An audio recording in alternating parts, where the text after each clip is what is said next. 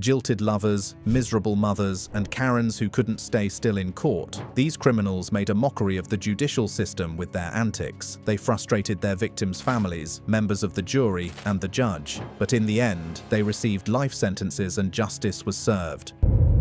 Number 20, Donna Adelson. Is this loud enough, Judge? I can hear you. Thank you for letting me speak. My son-in-law, Dan Markell, was a fine and decent man. He was well educated and passionate about his career.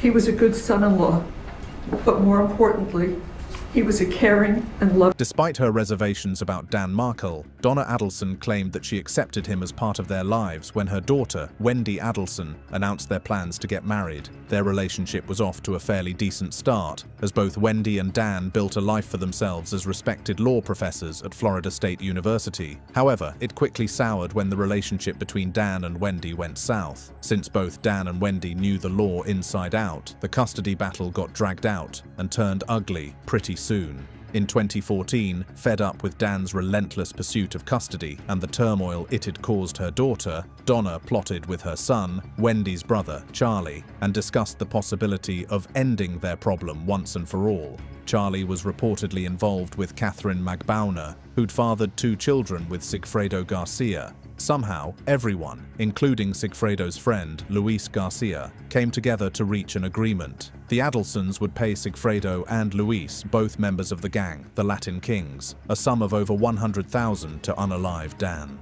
The unaliving occurred in 2014, and it wasn't until 2016 that investigators finally had a lead. They tracked down Luis and Sigfredo's vehicle that had been trailing Dan all throughout the last 48 hours of his life, and managed to make a composite sketch of Sigfredo, who was already in the system. Once arrested, Sigfredo revealed that his motive to unaliving Dan was to reunite some woman with her 2 kids, giving her full custody. The 2 kids that he was talking about were Wendy and Dan's 2 sons. It soon came to light that while Wendy had found a way to secure majority custody of the kids, Dan had taken out a court order prohibiting Wendy from relocating with the kids. He'd also taken out an order restricting Donna from spending time alone with her grandkids over disparaging remarks she'd made toward him. Sigfredo and Luis named Catherine as their accomplice, who then led investigators toward the Adelsons. While the family denied any involvement, Catherine showed that she had received a large sum of money from Charlie and Donna to carry out the crime. The trial started with Sigfredo and Luis, who were both convicted on first-degree charges and received a life sentence. Catherine and Charlie's trial followed with the same outcome. It wasn't until 2023 that Donna was apprehended for her role in the unaliving. She was apprehended at the airport while boarding for a one-way trip to Vietnam, a country with no extradition laws with the United States. Donna maintained her innocence, despite the mountain of evidence piled against her. While she tried to claim that Dan's passing had impacted her deeply, the prosecutor revealed text exchanges and conversations where it was clear that Donna hated the guy. Ultimately, a jury saw through her act, and she, too, was sentenced to life in prison. Number 19. Jodi Arias. When friends discovered the body of Travis Alexander in June 2008, almost 5 days after he'd been unalived, they immediately called 911 to report who did it. They believed, without a shadow of a doubt, that Travis's ex-girlfriend, Jodi Arias, was behind the unaliving. Why? In the days leading to his passing, Travis had confided in friends and family that he was genuinely fearful of his life because of Jodi's chaotic behavior. The pair had met while working for prepaid legal services in 2006. They'd soon gotten into an on-again, off-again relationship. While Jodi had converted to Travis's church, moved to Mesa to be closer to him, and appeared to be a devoted girlfriend, Travis confided in friends that she would often turn violent over the slightest disagreements. In June of 2008, Jodi rented a vehicle and traveled across state to Arizona to meet with Travis. Their meeting was impromptu and kept a secret, even from Travis's roommates. Based on digital photographs recovered from a camera, Jodi and Travis spent the night together before she attacked him while he was in the shower. The coroner's report indicated that Travis had been attacked from behind, 27 wounds to his whole body, and had even sustained a gunshot wound. She then traveled back, driving over 5,000 kilometers by the time she returned the vehicle. According to a co-worker, Jodi returned to work the day of Travis's unaliving as if nothing had happened. When investigators apprehended her, she first claimed it wasn't her. Later, she claimed that she acted in self-defense. The prosecution tried to paint Jodi as a distressed woman who was Travis's victim. However, there was no evidence to point that Travis was in any way hurting Jodi. Jodi repeatedly claimed that she was not the suspect and was instead a survivor. However, Jodi ultimately received a life sentence. Number 18. Pamela Smart. I remember being at my lockers and Pam came over and told me the bulkhead door would be open. Now, where did you go after school that day? Well, we drove up to Derry. When we decided it was dark enough. May 1st, 1990. Remember that day? Yes, I do. Did you go to school that day? Yes, I did. What happened at school? Well, just, In 1990, a detective approached Winnacunnet High School's media coordinator, Pamela Smart, informing her that he had some good news and bad news. He told her that the good news was that they'd just solved the mystery surrounding her husband, Gregory's unaliving that occurred in May that year. The bad news was that they arrested her for the charge. You see, Pamela was renowned for being well-liked and beautiful. She'd met Gregory while at Florida State University, and the two married in 1989. However, just 7 months into their relationship, the couple developed difficulties. It was during this time that she started working at Winnacunnet High School where she met Billy Flynn. The 15-year-old was immediately smitten with the 22-year-old bombshell, and the two started a relationship. In 1990, Pamela hatched a plan wherein she manipulated Billy by withholding intimacy until he got rid of her husband. Up until that point, Billy had a spotless record and was on the honor roll.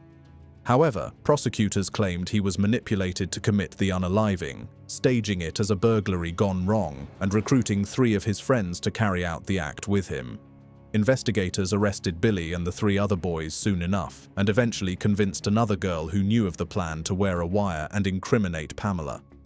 The prosecution painted Pamela as the mastermind behind the operation, and while she admitted to having an affair with an underage boy, she claimed that was her only fault.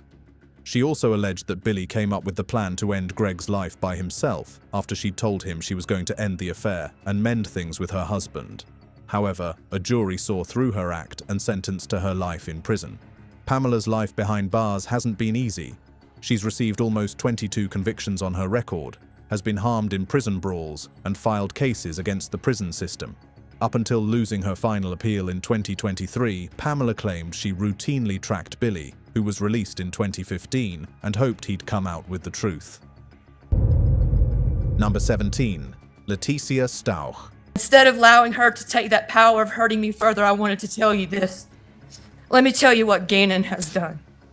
Even to this day, even after you murdered him and she tried to taint any positive image of him, he has caused families and communities to come together. Children and adults have given their life to Christ. He has called unity in times of trial. Acres upon acres when I didn't even go to those acres. Still on mute. How do we find Gannon if none of those things, he was none of the places that I went? Does that not make you open up your eyes and say that I'm not involved, someone else is? Leticia Stauch was convicted of unaliving her 11-year-old stepson, Gannon Stauch, in one of Colorado's most disturbing family crimes. In January 2020, she reported Gannon missing, initially claiming he had run away, but investigators soon uncovered evidence pointing to her involvement.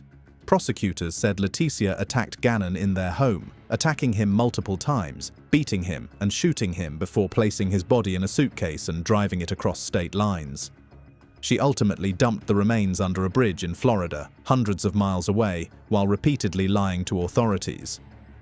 At trial, the defense argued that she suffered from dissociative identity disorder and was not mentally sound, but mental health experts testified that she was fully aware of her actions and their consequences. In May 2023, a jury found her guilty on all charges, including first-degree unaliving and tampering with evidence. She was sentenced to life in prison without parole, plus an additional 100 years.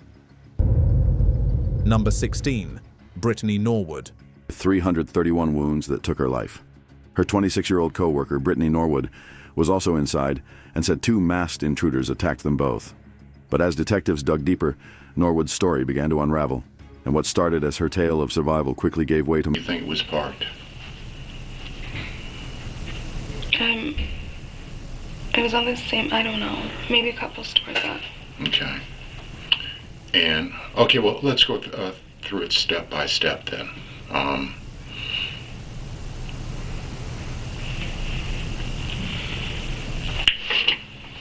The Lululemon unaliving involved Gianna Murray and Brittany Norwood, 2 store employees who did not like each other. In 2011, the store manager came bright and early to find the store in disarray. Merchandise had been thrown across the floor, mannequins were thrown here and there, and she could hear faint moaning from the back room. There, she found Jaina had been unalived, lying in a pool of her blood, while Brittany was tied with zip ties against the bathroom, with blood dripping down her forehead. Initially treated as a victim, Brittany claimed that she'd returned to the store after her shift had ended to retrieve her wallet.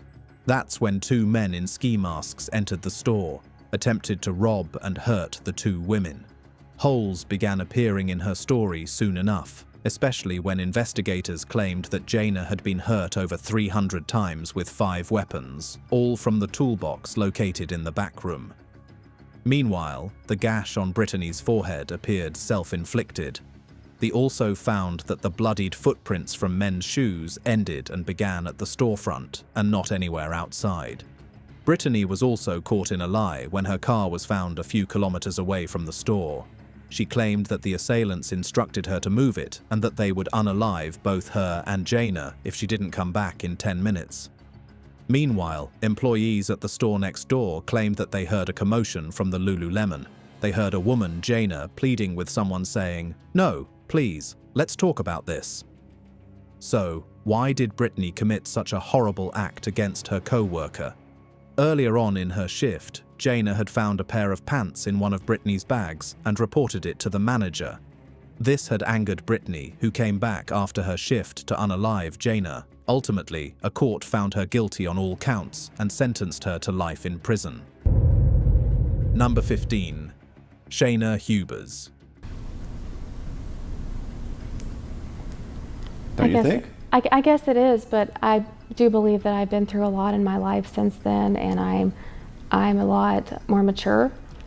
I have more experience with people. I've had to live around people in a close confined space for many years. In 2012, former Miss Ohio, Audrey Bolt sat alone at a restaurant waiting for her date, Ryan Poston, to show up. She'd talked to him a few hours ago, and it seemed unlikely that he wouldn't show up. However, as the night progressed and her texts went unanswered, it was obvious Ryan wasn't coming. She believed she'd gotten stood up, but the truth was that Ryan's ex-girlfriend, Shaina Hubers, had just unalived him. Ryan met Shaina over Facebook in 2011. She was 20 at the time, and he was 28. He'd already graduated with a triple major, and Shaina was an honor roll student studying psychology. On the night of the unaliving, Shaina arrived at Ryan's location long after their relationship had ended. She'd apparently learned of his date with Audrey. She claimed to the police in the 911 call that she made that she'd unalived Ryan in self-defense. While being arrested by the police, Shaina claimed that she shot Ryan in the face to give him the nose job he'd always wanted. During court, it was revealed that Shaina had bragged about the unaliving to her cellmates, claiming that she had the IQ of Einstein and would get away with the crime by pleading the battered wife's defense. In the first trial, a judge found Shaina guilty and recommended a 40-year sentence. However, she was scheduled for a retrial in 2018 that actually led to a lifetime conviction. While in prison, Shaina had gotten married to another inmate whom she later divorced over her prison term. Number 14. Diana Lovejoy. After the second time of shining the light on it and staring at it for a second, I realized I was looking at a barrel and a scope. They're fine true. The allegations that Diana Jean Lovejoy was vicariously armed with a firearm within the meaning of Penal Code Section 12022. There were tears and loud gasps in the courtroom in 2017 when fitness instructor Diana Lovejoy collapsed during her sentencing.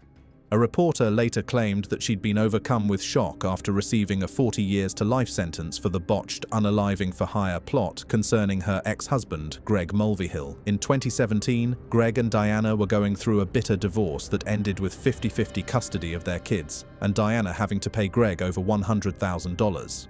She wanted to do neither. Prosecutors claim that Diana hired her gun instructor, former Marine Weldon McDavid, to lure her ex to an isolated location and take him out. Weldon only managed to strike Greg in the back, missing vital organs. He survived the attack and was able to lead investigators to Weldon, who'd contacted him at the behest of his ex, claiming he had documents that could help Greg in the divorce. Weldon maintained his innocence, claiming he was aiming for the light in Greg's hands. He claimed that he was such an expert shooter that if he wanted to unalive Greg, he very easily could have. Meanwhile, Diana claimed that she'd never paid anyone to unalive her ex. She fell down in court during her sentencing, claiming her innocence. However, a cousin of hers testified that this wouldn't have been the first time Diana planned on unaliving her ex. She claimed that the fitness instructor had grown an obsession and hatred for her ex, wanting to remove him from her children's lives completely. Number 13. Kimberly Kessler. Is Johnson's nephew. Jordan Beard is Jolie's cousin. Jordan Beard is Johnson's nephew. Jordan Beard is Jolene Cummings' cousin. Jordan Beard is Jolie's cousin. Jordan Beard is Jolene's cousin. Jordan Beard. Easily one of the most disruptive suspects on this list, Kimberly Kessler has not maintained her innocence or admitted guilt in the disappearance and possible unaliving of Jolene Cummings, her co-worker at Tangle's hair salon. Jolene and Kimberly had gotten into an altercation earlier that day after Jolene confronted her about using a fake name to secure her job at the salon.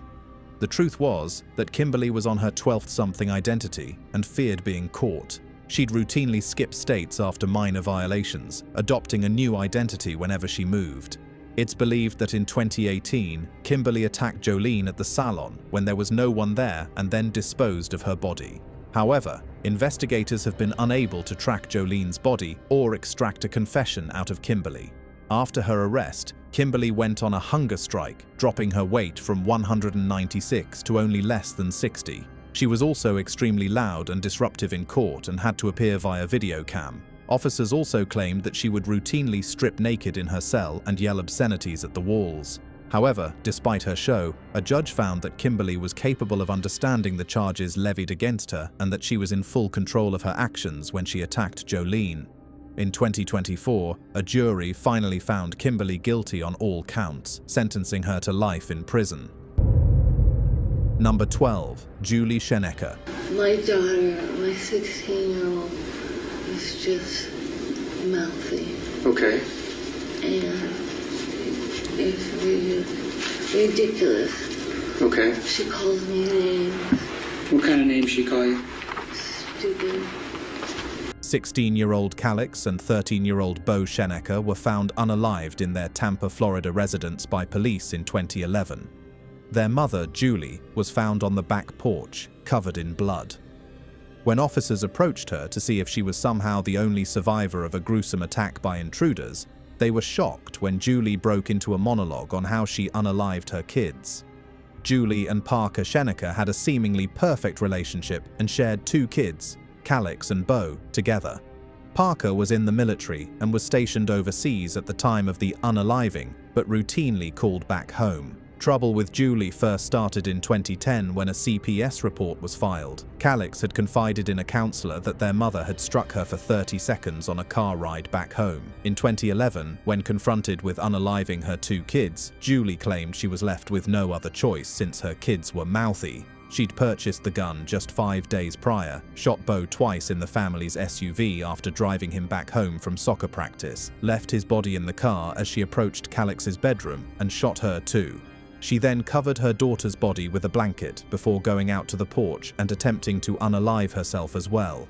Due to the callousness with which she admitted her crimes and the fact that she showed no real remorse, a jury believed she should receive the maximum life sentence. 2 concurrent life terms for both Calix and Bo's tragic passing. Number 11. Yoselyn Ortega. My daughter, my 16-year-old, is just mouthy. Okay.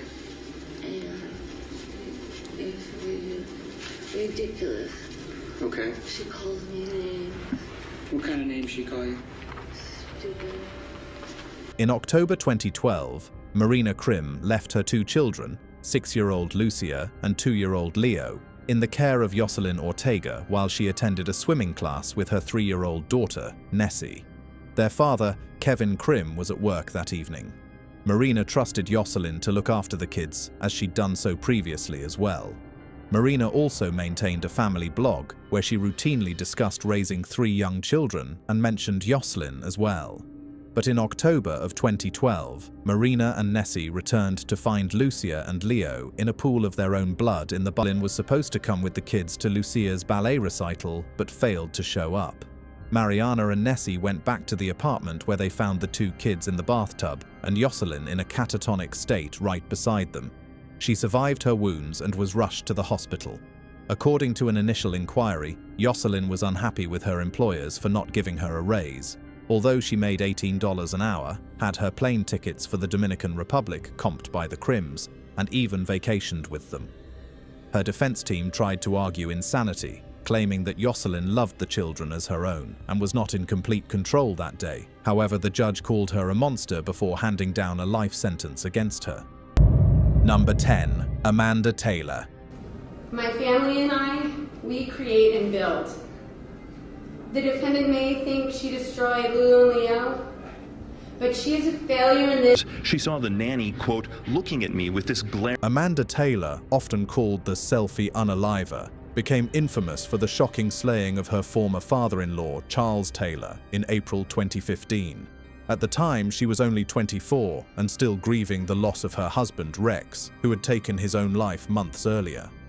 Amanda blamed Charles for Rex's passing, believing he had played a role in her husband's struggles with addiction. Amanda and her friend Sean Ball drove to Charles's home in Virginia, armed with a knife and a tire iron. Once inside, Amanda attacked him repeatedly, nearly 30 times, while Sean struck him with the tire iron.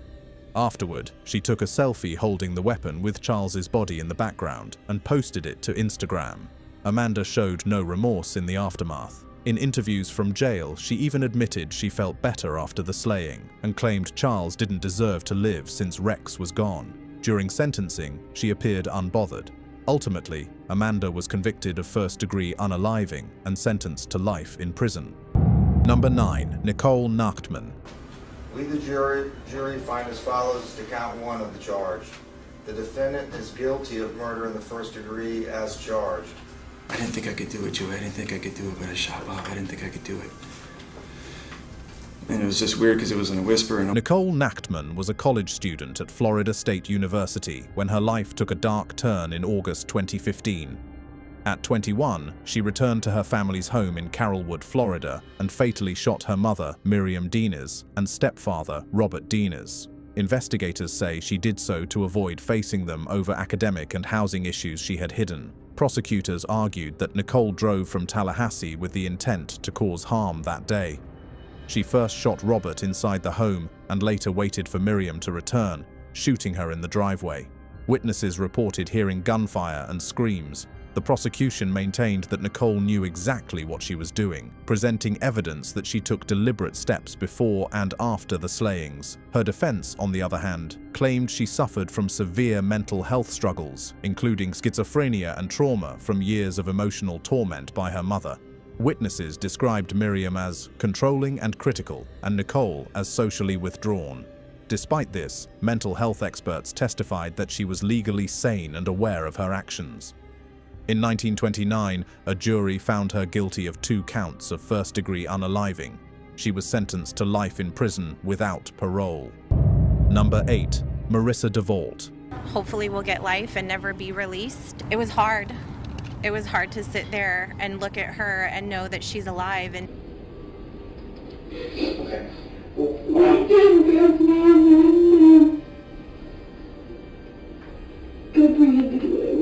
In January 2009, Marissa Devault attacked her husband Dale while he slept, striking him repeatedly in the head with a hammer. She initially claimed that she acted in self-defense after years of harm, but investigators found her story inconsistent and evidence suggesting a calculated plan. Marissa later admitted she had been involved in an affair with another man, Alan Flores, who had given her significant financial support.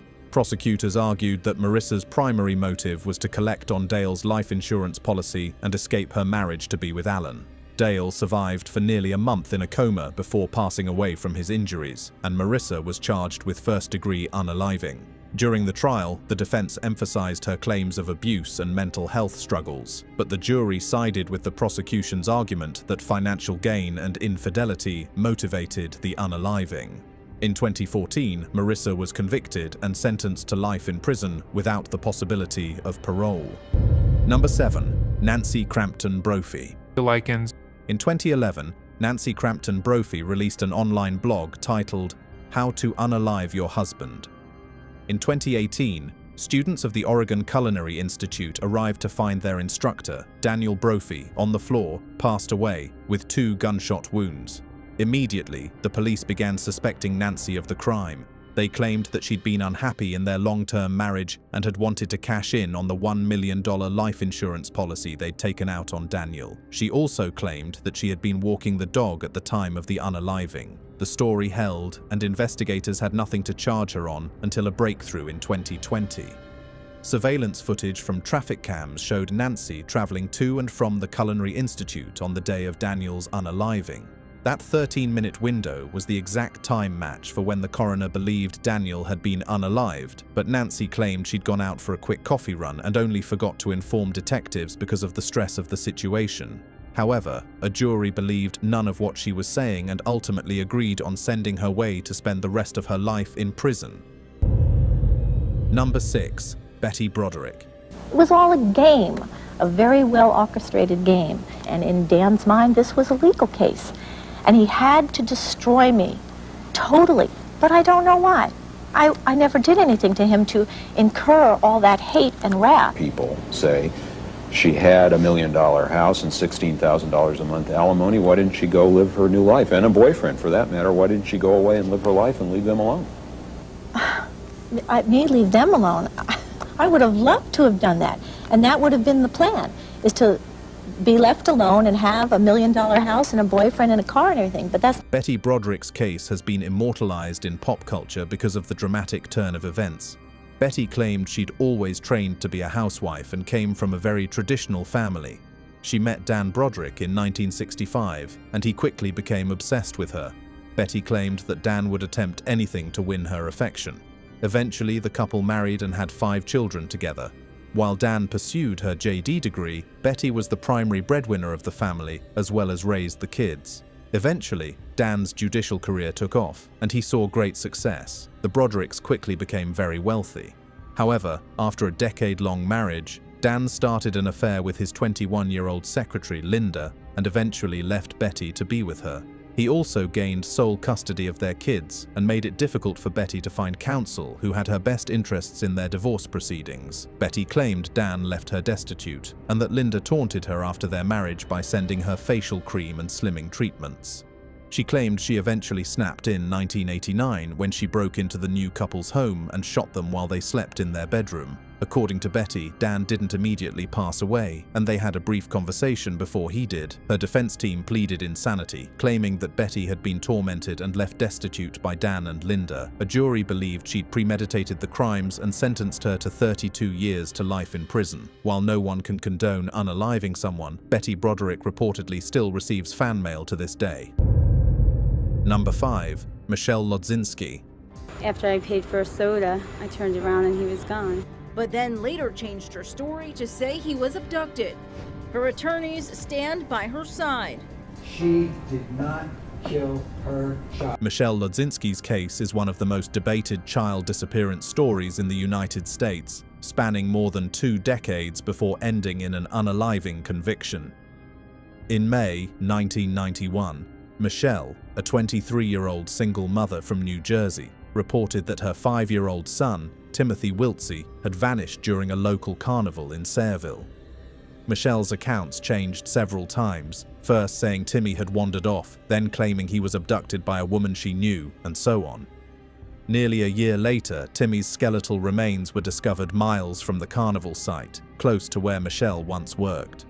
Despite the discovery, authorities lacked sufficient evidence to charge her, and the case went cold for over 20 years. In 2014, advances in forensic science and renewed interest in Michelle's case led to her arrest. Prosecutors argued that she had unalived her son, possibly out of frustration, and then staged his disappearance. A jury found Michelle guilty of unaliving, and she was sentenced to 30 years to life in prison.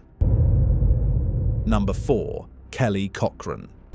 I watch and I study people, obviously. You do too. And how they act and how they seem to feel and react to others.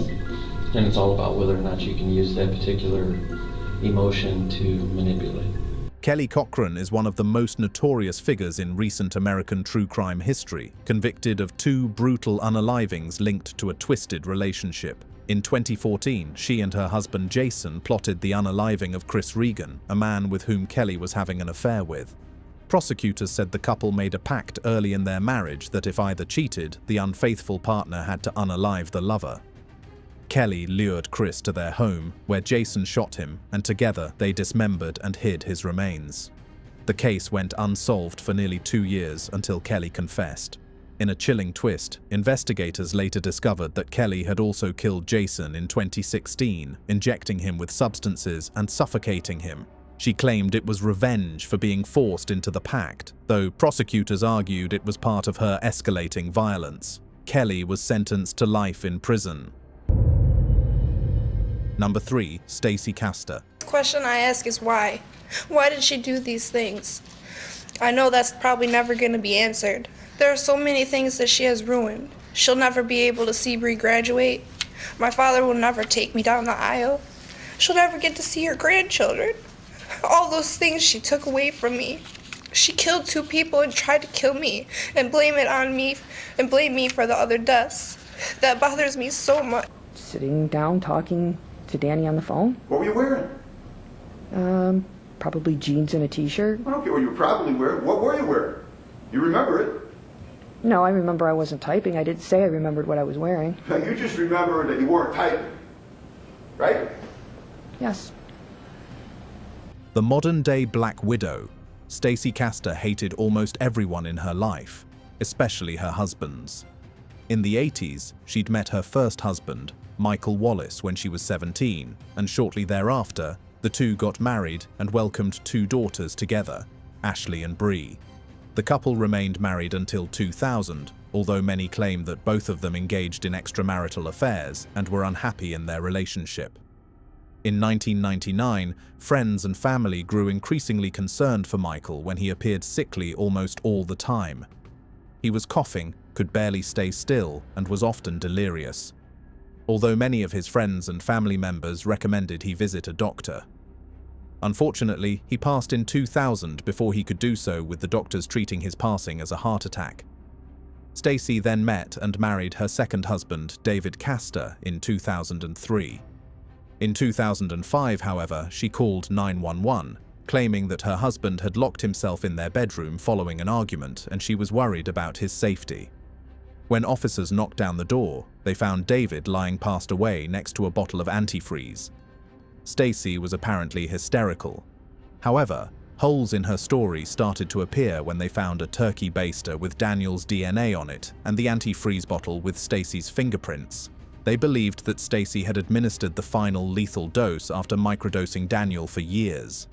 Investigators eventually exhumed Michael's body as well and found traces of antifreeze in his system as well. Worried, Stacy tried to shift the blame on her daughter Ashley, who regarded her mother as her best friend. In 2007, Bree found her sister in a nearly comatose state after her mother had served her an alcoholic drink. There was a note attached in which Ashley apparently confessed to the unalivings of her father and stepfather. However, Ashley survived the lethal cocktail and told police that she had never written such a note. However, when investigators arrested Stacy, she started asserting that Ashley was the real criminal. She maintained that stance throughout her 4-week trial, and that was the story her defense went with. Ashley repeatedly took the stand to plead her innocence, and prosecutors pointed at several drafts of the same note being made on Stacy's computer earlier that evening. Stacy's mother and stepfather stood with her at trial, while the rest of her family sided with Ashley. During sentencing, it was revealed that Stacy had unalived her husbands to collect their life insurance policies. It was also revealed that she'd cheated David's other son from a previous marriage out of his will just days before his passing. The judge was appalled at the lengths Stacy was willing to go to and handed her a life sentence. However, in 2016, Stacy passed away in her cell from an apparent heart attack. Number 2. Sheila Davaloo. But she's a cold-blooded killer. That's what they say about you. How does that make you feel? I just feel that people... Sheila Davaloo's case is one of the most bizarre and chilling love triangle unalivings in American crime history. Born in Iran and raised in the United States, Sheila was living a successful life in New York, working in the pharmaceutical industry, and married to Paul Christos. But she was deeply obsessed with a co-worker, Nelson Sessler. Nelson, however, began dating another woman from their workplace, Ana Lisa Raimundo, and Sheila's jealousy quickly turned lethal. In 2002, Ana Lisa was found unalived in her condo. The case went cold for months until Sheila became a suspect in a separate, shocking crime. In 2003, she lured her husband Paul to their home under the guise of a game involving blindfolds and handcuffs. Once he was restrained, she attacked him multiple times, but he survived and identified her as the attacker. Investigators soon connected her to Ana Lisa's passing as well, finding DNA and phone records linking her to the scene. Prosecutors argued that Sheila unalived Ana Lisa to eliminate her romantic rival. She was eventually convicted of attempted unaliving in New York for the attack on Paul and sentenced to 25 years. She was later tried in Connecticut for Ana Lisa's murder, receiving an additional 50 years. In an interview with Piers Morgan from prison, Sheila insisted she was innocent, repeatedly blaming police for mishandling the investigation. Number 1. Claudia Hoerig. Where's he gonna come from? If you tell the truth to this court, he can, because I have a recording of every day of my life for 2 years, and this court knows, and Dennis Watkins know, and you know that my whole life was recorded with voice recording, and it's not in here, was not brought in as evidence. Why are you lying to this court, to this juror, and to Brazil, and to me, to my face? Could you bring my computer here and play the whole tape for these people to hear? In 2005, Claudia married Carl Hoerig, a respected U.S. Air Force major and commercial pilot, and they built a life together in Newton Falls, Ohio. But behind closed doors, their relationship was far from happy. By early 2007, Claudia had decided the marriage was over, only she chose a lethal way out. As Carl prepared to leave for work, Claudia shot him twice in the back and once in the head. Investigators later discovered she had purchased the gun just days earlier and emptied their bank account before the unaliving. Within hours, she boarded a plane to Brazil and vanished. Because Brazil's constitution prohibits extraditing its citizens, Claudia lived there openly for years, even starting a new life, while Carl's family fought tirelessly for justice back in the US. That fight finally paid off more than a decade later. After years of diplomatic pressure, Brazil revoked her citizenship in 2018, allowing authorities to extradite her. In court, Claudia admitted she shot Carl, but claimed she acted during an emotional breakdown fueled by alleged verbal torment. In February 2019, Claudia was sentenced to life in prison.